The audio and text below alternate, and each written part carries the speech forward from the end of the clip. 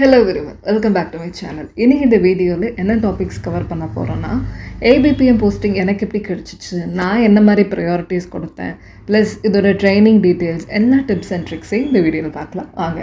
அதுக்கு முன்னாடி என்னோடய சேனலை ஃபர்ஸ்ட் டைம் பார்க்குறீங்கன்னா please subscribe and do like this video. Okay, first என்னோட மார்க் என்னன்னு பார்த்தீங்கன்னா 486. நான் வந்து 97.2%. ஸோ என்னோட கேட்டகரி பார்த்தீங்கன்னா ஓபிசி கேட்டகரி இதில் நான் வந்துருந்தேன். ஸோ இப்போ ஃபஸ்ட்டு வந்து இந்த அப்ளை பண்ணுறதுல வந்து நான் வந்து 4 days டைம் எடுத்துக்கிட்டேன். கிட்டத்தட்ட வந்து எனக்கு 3 to 4 days ஆச்சு. ஏன் அப்படின்னு பார்த்தீங்கன்னா அதில் வந்து 100 ப்ரையாரிட்டிஸ் கொடுத்துருந்தாங்க. விச் மீன்ஸ் வந்து இப்போ என்னோட திருச்சி டிவிஷனில் 100 ப்ரையாரிட்டிஸ் நான் கொடுக்கணும். அதாவது 100 ஊர் இருக்கும். அந்த 100 ஊருக்கும் நான் 1, 2, 3 அப்படின்னு சொல்லி எனக்கு தகுந்த மாதிரி நான் ப்ரையாரிட்டிஸ் கொடுத்துக்கணும். ஸோ ஏதோ தானோ அப்படின்னு நம்ம கொடுத்துட்டோம்னா சுத்தமாக நமக்கு கிடைக்காது. ஸோ ஃபஸ்ட் டைம் வந்து நான் அப்படி தான் பண்ணி அப்ளை பண்ணேன். ஸோ அப்போ வந்து எனக்கு எந்த லிஸ்ட்லேயுமே என்னோடய நேம் வரல. ஸோ செகண்ட் டைம் நான் என்ன பண்ணேன்னா அந்த 100 ப்ரையாரிட்டிஸையும் வந்து எப்படியாவது கரெக்டாக கொடுக்கணுன்றதுக்காக ஃபர்ஸ்ட் ஸ்டெப் நான் என்ன ஃபாலோ பண்ணேன்றதை உங்களுக்கு சொல்கிறேன். ஓகே, இந்த ஃபர்ஸ்ட் ஸ்டெப் நான் என்ன ஃபாலோ பண்ணேன்னா, எனக்கு கொடுத்துருக்க லொக்கேஷன் எல்லாத்தையுமே வந்து நான் நோட் பண்ணி வச்சுக்கிட்டேன்.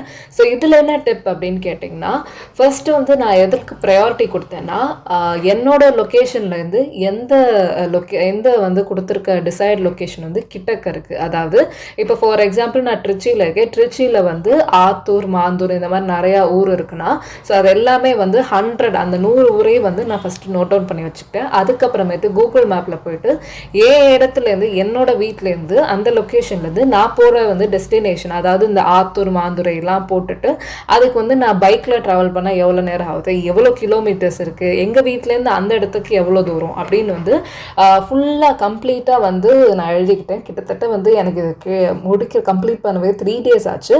ப்ளஸ் அதுவும் இல்லாமல் வந்து ஒவ்வொரு ஊரும் வந்து ஃபுல்லாக வந்து கிராம சைடு தான் இருக்கும். ஸோ வந்து உங்களுக்கு சுத்தமாக தெரியாது, இந்த லொக்கேஷன் கூட வந்து வராமல் இருக்கும்.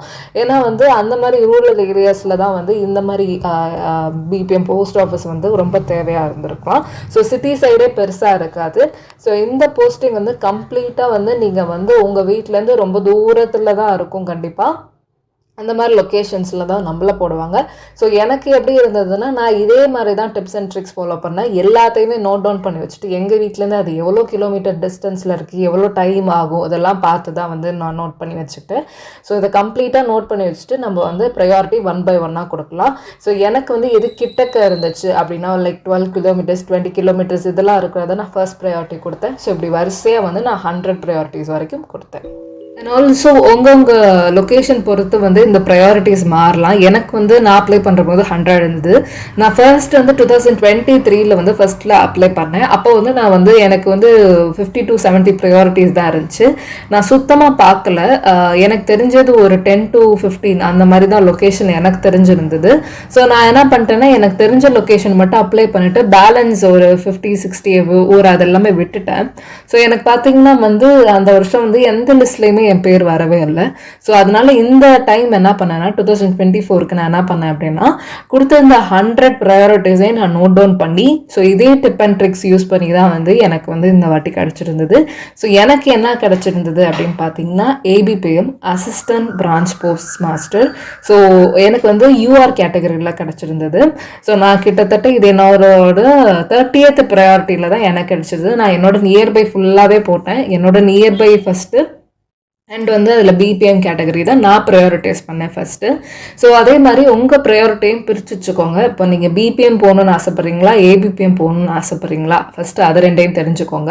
ஃபார் எக்ஸாம்பிள் எனக்கு பிபிஎம் தான் எனக்கு வேணும் அப்படின்னு நான் நினச்சி நான் என்ன பண்ணேன் அப்படின்னா, ஓகே பிபிஎம் ஓபிசி கேட்டகரிக்கெலாம் நான் ஃபர்ஸ்ட்டு ப்ரையாரிட்டி வந்து கொடுத்துட்ருந்தேன். ஸோ 1லேருந்து ஒரு 30 வரைக்கும் நான் அப்படி ப்ரையாரிட்டி கொடுத்துருந்தேன். ஸோ 2வது கேட்டகரி எப்படி கொடுத்தேன் அப்படின்னா, பிபிஎம்ல வந்து யூஆர் அதுக்கு வந்து நான் கேட்டகரியில் வந்து ப்ரையாரிட்டி கொடுத்தேன். 3வது கேட்டகரி என்ன பண்ணேன்னா ஓபிசியில் வந்து ஏபிபிஎம் கொடுத்தேன். ஸோ என்னோட லாஸ்ட் ஆப்ஷனாக தான் இதை வச்சேன். பட் வந்து என்னோட மார்க்குக்கு வந்து மோஸ்ட்லி வந்து இதுதான் கிடச்சிருந்தது. நான் விசாரித்த வரைக்குமே என்ன சொன்னாங்க அப்படின்னா 486 அதாவது 497 இந்த ரேஞ்சில் இருக்கவங்களுக்கு வந்து இந்த ரேஞ்சில் இருக்கவங்க ஓபிசி கேட்டகரியாக இருந்தோம் அப்படின்னா அவங்களுக்கு வந்து இப்போல்லாம் வந்து ஏபிபிஎம் போஸ்டிங் தான் கிடைக்குது.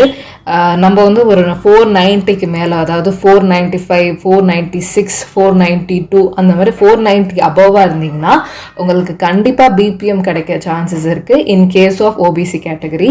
ஸோ என்னோட ஓபிசி கேட்டகரிக்கு வந்து எனக்கு 486க்கு 480லேருந்து 490க்குள்ளே இருந்தீங்க, 489 அந்த ரேஞ்சில் இருந்தீங்கன்னா ஓபிசி கேட்டகரி கண்டிப்பாக ஏபிபிஎம் தான் கிடைக்கும்.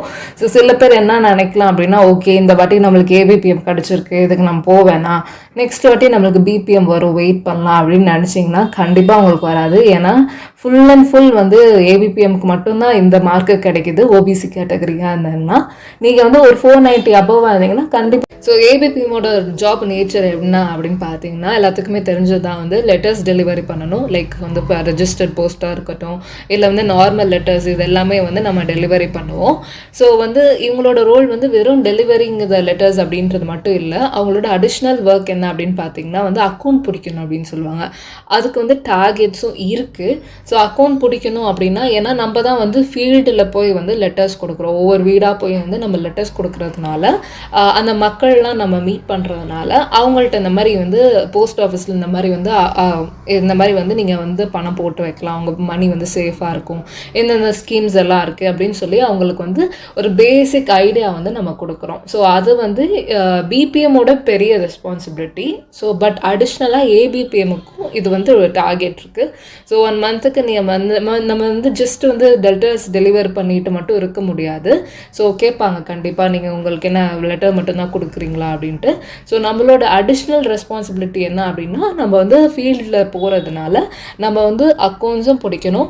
ஸோ பர் மந்த்துக்கு எவ்வளோ டார்கெட்ஸ், இவ்வளோ பண்ணணும், இவ்வளோ நீங்கள் பிடிக்கணும் அப்படின்னு வந்து நம்ம ஆஃபீஸ்லேயே நமக்கு சொல்லிடுவாங்க. ஓகே, எனக்கு எப்படி இது கிடச்சிச்சு அப்படின்னு பார்த்தீங்கன்னா, நான் சொன்ன மாதிரி வந்து 100 ப்ரையாரிட்டிஸை கொடுத்தேன். ஆனால் வந்து 30th ப்ரையாரிட்டியாக தான் எனக்கு கிடச்சிச்சு ஆஸ் ஏ ஏபிபிஎம். ஸோ நான் இருக்கிறது ட்ரிச்சி டிவிஷன். ட்ரிச்சிலேருந்து எனக்கு கிட்டத்தட்ட வந்து ஒரு 12 to 13 கிலோமீட்டர்ஸ், எனக்கு கிட்டத்தட்ட 30 minutes to 40 minutes ட்ராவல் ஆகணும் அந்த பிளேஸ்க்கு போக. ஸோ அந்த மாதிரி தான் கிடச்சிச்சு.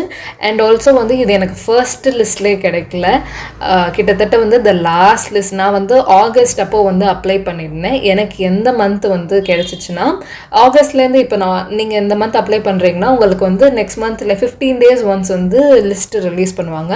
ஸோ எனக்கு வந்து 6th மெரிட் லிஸ்ட்டில் தான் கிடச்சிருந்தது, விச் இஸ் த லாஸ்ட். நான் வந்து ஆகஸ்ட்டில் அப்ளை பண்ணியிருந்தேன். அந்த வருஷத்தோட லாஸ்ட், அதாவது December 30th வந்து எனக்கு வந்து லிஸ்ட்டு வந்து ஒன்று விட்டுருந்தாங்க, 6th மெரிட் லிஸ்ட்.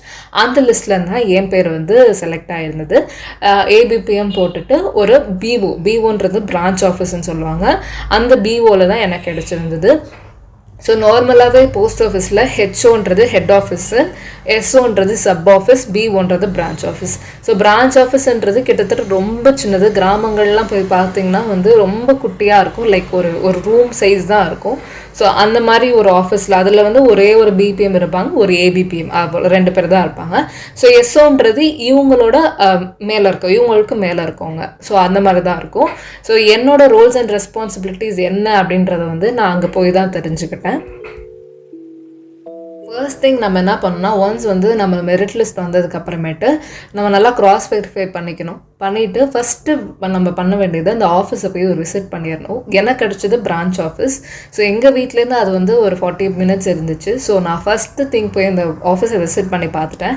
ஏன்னா வந்து வெரிஃபிகேஷனுக்குலாம் போகிறதுக்கு முன்னாடி இது ரொம்ப நல்ல ஸ்டெப்பு. ஏன்னா ஃபஸ்ட்டு நம்ம போய் பார்த்துடணும் அந்த ஆம்பியன்ஸ் எப்படி இருக்குது, நம்மளுக்கு அங்கே ஒர்க் ஆக சூட் ஆகுமா, ப்ளஸ் அவங்க பிபிஎம் அங்கே இருக்கவங்க வந்து உங்களுக்கு என்ன மாதிரிலாம் டிப்ஸ் கொடுப்பாங்க, அவங்க நல்லாலாம் இருக்காங்களா, இல்லை அவங்க என்ன மாதிரிலாம் அவங்களுக்கு வந்து ஏபிபிஎம் போஸ்டிங் எப்படி இருக்கும், என்ன மாதிரிலாம் லெட்டர்ஸ் வரும், ரொம்ப ஹெவியாக இருக்குமா, இல்லை வந்து இந்த இடம் வந்து இந்த ஏரியா ஓகேவாக தான் இருக்குமா அப்படின்ற வந்து இன்ஃபர்மேஷன்ஸ் எல்லாமே வந்து அந்த பிபிஎம்க்கு தெரியும். ஸோ பெஸ்ட் திங் என்ன அப்படின்னு பார்த்தீங்கன்னா, அந்த ஆஃபீஸ் போய் அங்கே இருக்கவங்கள்ட்ட வந்து தெரிஞ்சுக்கலாம். ப்ளஸ் அந்த ஆம்பியன்ஸ் எப்படி இருக்கா, அந்த அட்மாஸ்பியர் எப்படி இருக்குன்னு நம்ம பார்த்துக்கிறது ரொம்ப நல்லது. ஓகே, இந்த வீடியோவில் நான் வந்து ஆல்மோஸ்ட் எல்லாமே கவர் பண்ணிட்டேன்னு நினைக்கிறேன். பிகாஸ் ஏபிபிஎம்மோட ரோல்ஸ் அண்ட் ரெஸ்பான்சிபிலிட்டிஸ் என்ன மாதிரி கேட்டகரிக்கு என்ன மாதிரி வந்து பொசிஷன்ஸ் கிடச்சிருக்கு, ப்ளஸ் வந்து எல்லாமே ஓரளவு கவர் பண்ணியிருக்கேன். ஸோ நெக்ஸ்ட் வீடியோவில் வந்து நான் ஒரு டீட்டெயில்டாக போடுறேன். என்னோடய ட்ரைனிங்ஸ் எப்படி இருந்தது, வெரிஃபிகேஷன்ஸ்க்கு நான் எப்படி போனேன், என்ன மாதிரி டாக்குமெண்ட்ஸ் என்னை கொண்டு வர சொன்னாங்க, அதுக்கு என்ன மாதிரி ஃபார்மேட்ஸ்லாம் நான் யூஸ் பண்ணேன், ப்ளஸ் வந்து போஸ்ட் ஆஃபீஸ்லேருந்து என்ன மாதிரி வந்து ஃபார்மேட் எனக்கு வந்து சஜஸ்ட் பண்ணாங்க, அவங்க என்ன கொடுத்தாங்க அப்படின்றது எல்லாத்தையுமே நான் நெக்ஸ்ட் வீடியோவில் ஷியோராக கவர் பண்ணுறேன். So please to subscribe this channel and like this video. Thank you.